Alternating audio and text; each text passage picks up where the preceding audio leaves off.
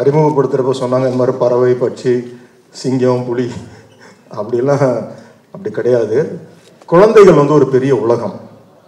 இந்த குழந்தைகளுக்கான ஒரு திரைப்படத்தை யாரும் கொடுக்கறதுக்கு முன் வர்றதே இல்லை.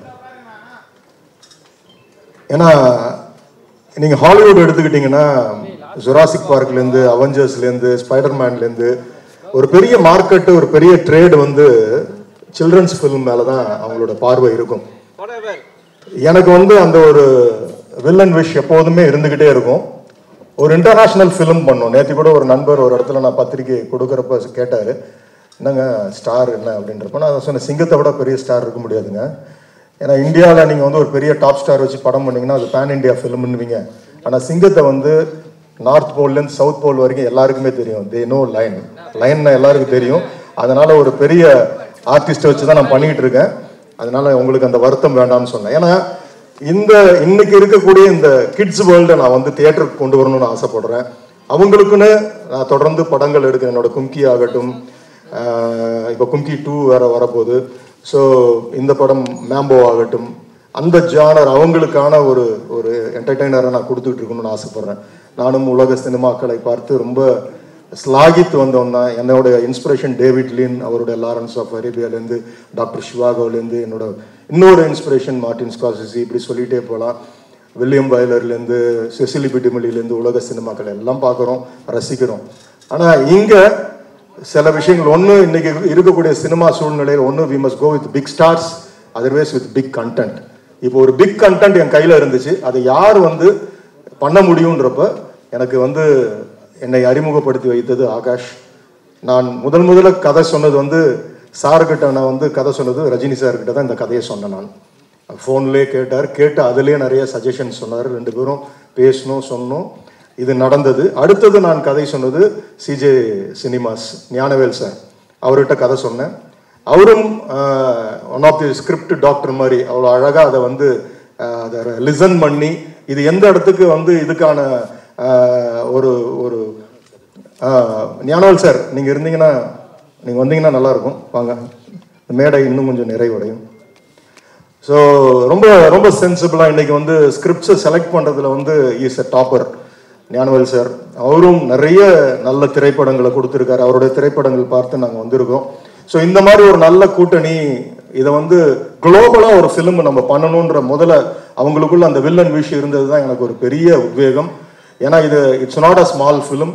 இதை வந்து இன்டர்நேஷ்னல் ஃபிலிமாக ஆக்கணும், இதை எல்லா லாங்குவேஜஸ்க்கும் கொண்டு போகணும்.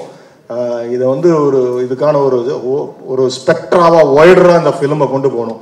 அதனால தான் ஒரு சின்ன, நம்ம யூஸ்வலாக வந்து டைட்டில் லான்ச்ன்றது சோஷியல் மீடியாவில் டைட்டிலில் வந்து ஃபர்ஸ்ட் லுக்குன்னு விட்டுருவாங்க. இல்லை, நம்ம ஒவ்வொரு துவக்கமும் இது ஒரு பெரிய பதிவாக விதையாக விழணும்னு ஆசைப்பட்டோம். அதுக்கு வந்து ப்ரொடியூசர் காஜாமைதீன் சார் வந்து அவ்வளோ என்கரேஜ் பண்ணார். சார் இது நீங்கள் என்ன நினைக்கிறீங்களோ நீங்கள் ஒர்க் அவுட் பண்ணி சொல்லுங்கள் சார், நம்ம பண்ணிகிட்டே இருக்கலாம்னா. அந்த மாதிரி ஒரு ப்ரொடியூசர்ஸ் கிடைக்கிறது ரொம்ப கஷ்டம். ஹி ஹஸ் கம் பேக், உள்ளார வந்திருக்காரு. இன்னும் அநேக இளைஞர்களுக்கு வாய்ப்பு கொடுக்க போகிறாரு. Roja combines is going to flourish.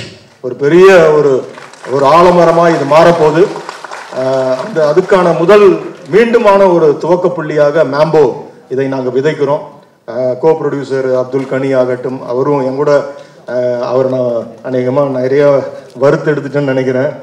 ஒரு நாடு இல்லை, 2 நாடு இல்லை, ஒரு குட்டி சிங்கத்துக்காக நாங்கள் அலைஞ்ச பயணங்கள், மைல்கள், விமான பயணங்கள் வந்து ஜாஸ்தி. மொரீஷியஸ்லேருந்து, ஸ்ரீலங்காலேருந்து, தாய்லாந்துலேருந்து நாங்கள் பறந்துக்கிட்டே கிடந்தோம். ஆனால் ஒன்று கிடச்சிச்சு, எங்களுக்கான ஒரு மேம்போ கிடச்சிச்சு. அதே மாதிரி பெரிய சிங்கமும் நான் உங்களுக்கு இங்கே நான் டிக்ளேர் பண்ணல, ஓப்பன் பண்ணல, ஏன்னா அது ஆடியோ ஃபங்க்ஷனுக்கு நான் வச்சுருக்கேன். It's going to be spectacular. அந்த பெரிய மெமோத் பீஸ்ட் உங்ககிட்ட காட்டுறப்ப நீங்களாம் என்ஜாய் பண்ணுவீங்க. அதுக்கான ட்ரைனிங் வந்து ஹரி வாடா, ஒரு தைரியமா, அதாவது குட்டி சிங்கத்திலேருந்து நீங்கள் பழகலாம். ஒரு சிங்கம் வளர்ந்து அது கூட நம்ம விளையாடலாம். ஆனால் வளர்ந்து நான் செலக்ட் பண்ண ஒரு சிங்கத்தோட இவர் பயிற்சி எடுத்துக்கிட்டு இருக்காரு. அது கிட்ட போய், அதாவது முதல் நாள் தீனி கொடுக்கறதுக்கே அந்த ட்ரெயினர் விடலை. ஏன்னா இவரோட ஸ்மெல்ல அதை அக்செப்ட் பண்ணும். ஏன்னா lions are called as pride.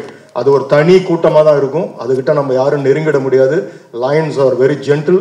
இன்னொன்று, வழக்கமாக சிங்கம்னாலே உடனே ஆக்ரோஷம், அடிச்ச 1000 அடி அப்படிலாம் கிடையாது. It's very lovable.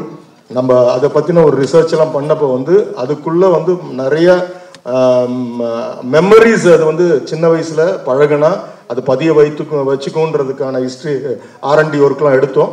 அப்படி ஒரு கதையை தான் இந்த இவரை வச்சு நம்ம உள்ளார பண்ணுறோம்.